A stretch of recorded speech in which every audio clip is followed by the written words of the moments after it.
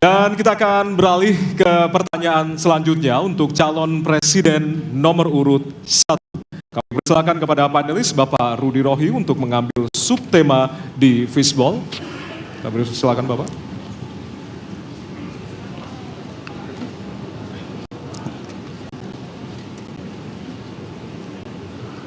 Diperlihatkan kepada kami semua, Bapak.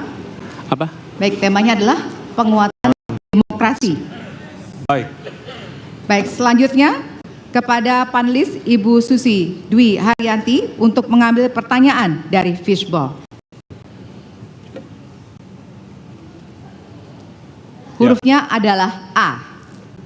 Penguatan demokrasi dengan amplop A.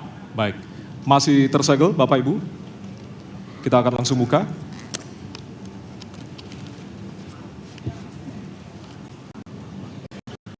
Salah satu pilar penting demokrasi adalah partai politik. Namun kepercayaan publik terhadap partai politik di Indonesia selalu rendah. Pertanyaan, apa kebijakan yang akan Anda lakukan untuk melakukan pembenahan tata kelola partai politik? Waktu untuk menjawab 2 menit dimulai dari sekarang. Saya rasa lebih dari sekedar partai politik. Rakyat tidak percaya kepada proses demokrasi yang sekarang terjadi. Itu jauh lebih luas dari sekedar partai politik. Ketika kita bicara demokrasi, minimal 3. Minimal 3 nih. 1 adalah kebebasan berbicara. Yang kedua, adanya oposisi yang bebas untuk mengkritik pemerintah dan menjadi penyeimbang pemerintah.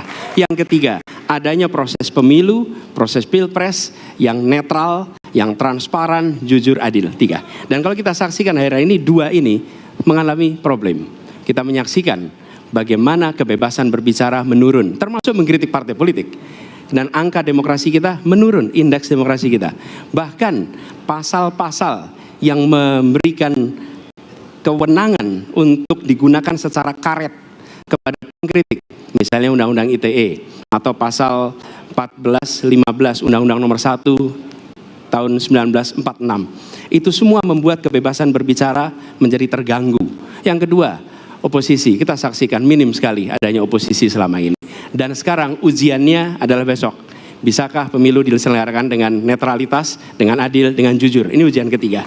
Jadi persoalan demokrasi kita lebih luas dari segala persoalan kepada partai politik. Nah, bagaimana untuk partai politik sendiri? Partai politik baru mengembalikan kepercayaan. Tapi di sini ada peran negara. Saya salah satu masalah yang mendasar. Partai politik ini memerlukan biaya. Dan biaya politik selama ini tidak pernah diperhatikan di dalam proses politik. Untuk kampanye, untuk operasional partai, semua ada biayanya. Sudah saatnya pembiayaan politik itu dihitung dengan benar, ada transparansi, sehingga rakyat pun melihat ini institusi yang bisa dipertanggungjawabkan. Jadi salah satu reformnya adalah reform pembiayaan politik oleh partai politik. Terima kasih. Baik. Waktu sudah habis, terima kasih. Kini kami persilakan calon presiden nomor urut 2 untuk menanggapi jawaban calon presiden nomor urut 1. Waktunya 1 menit dimulai dari sekarang. Mas Anies.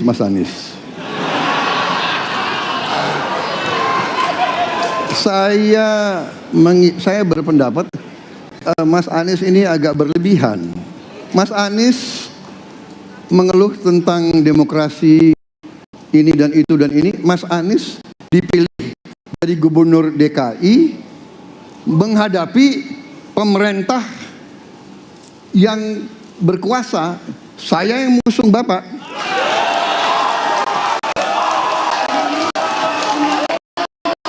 Kalau demokrasi kita berjalan, tidak mungkin Anda jadi gubernur.